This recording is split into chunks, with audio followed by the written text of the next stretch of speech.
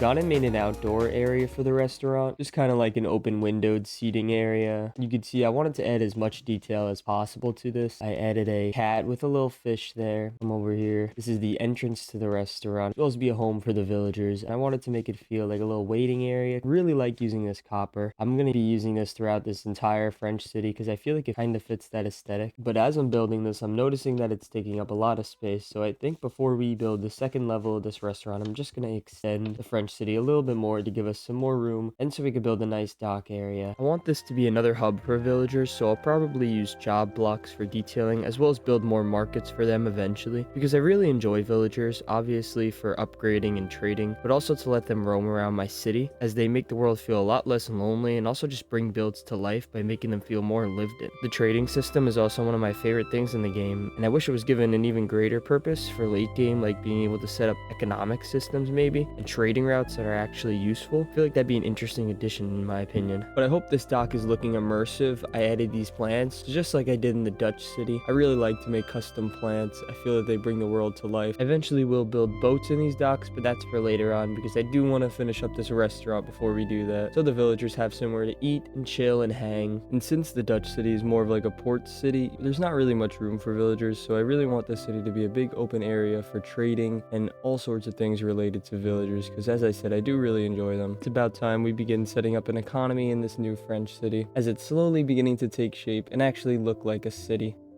The goal behind the structure of the dock was to create these natural curves going down that you can see, as these will be the spots where the boats and yachts eventually will be sitting later on. For detailing, I made these little easel setups to show like painting being done, as well as just these things like crates, benches, and trash bins. I also have set up these plots for future builds. There will be more markets and another fountain here, as well as some more buildings here to fill the city. This new section behind the museum will also be built up next episode, so I've gone and built some more plots for buildings here. The inspiration behind this section is from a painting by Monet that I came across recently, so stay tuned for that. But once again, I created more plots for villager markets because I really want the city to begin taking shape and feeling lively. However, now I want to continue building this restaurant because we still have a lot that needs to get done.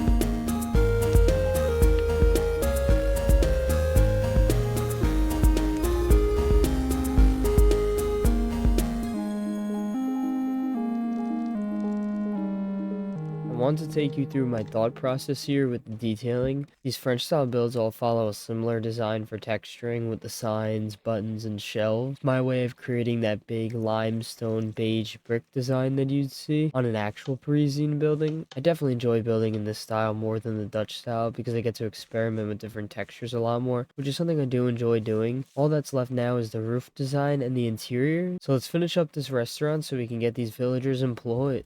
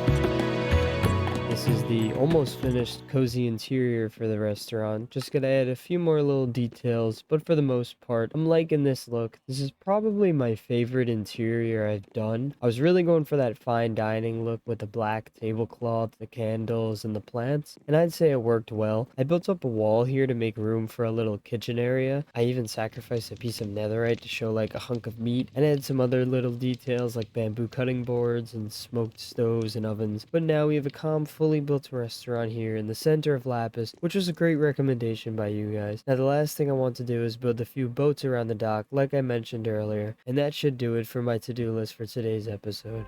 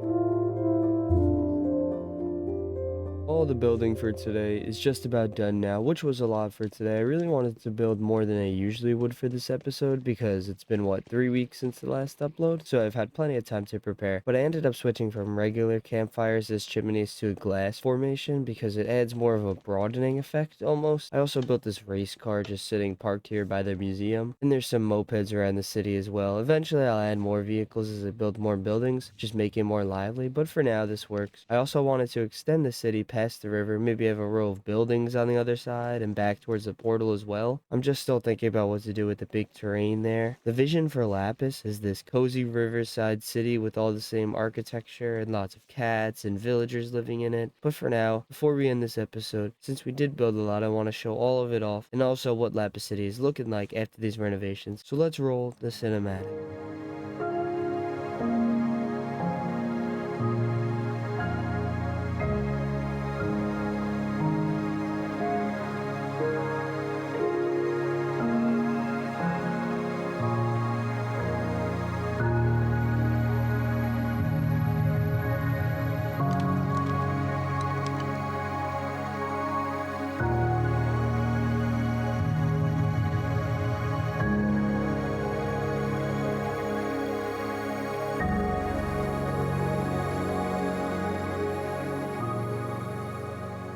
Yeah, that's gonna do it for this episode. Thank you so much if you stayed this far. It means a lot. Thank you if you're new as well. I hope all of you enjoyed. I know this episode took a while to come out, but it's the holiday season, so I'm trying my best. Let me know what other French-inspired builds I should add to Lapis City. This restaurant idea was from the comment. Also, please feel free to subscribe if you like this so you can stay up to date on my hardcore journey and all the progress in the future. Next episode, I plan to build up all of the outlines we left out, as well as add a few special details. You'll see what I mean then. But that's gonna do it once again. Thank you so much, and bye.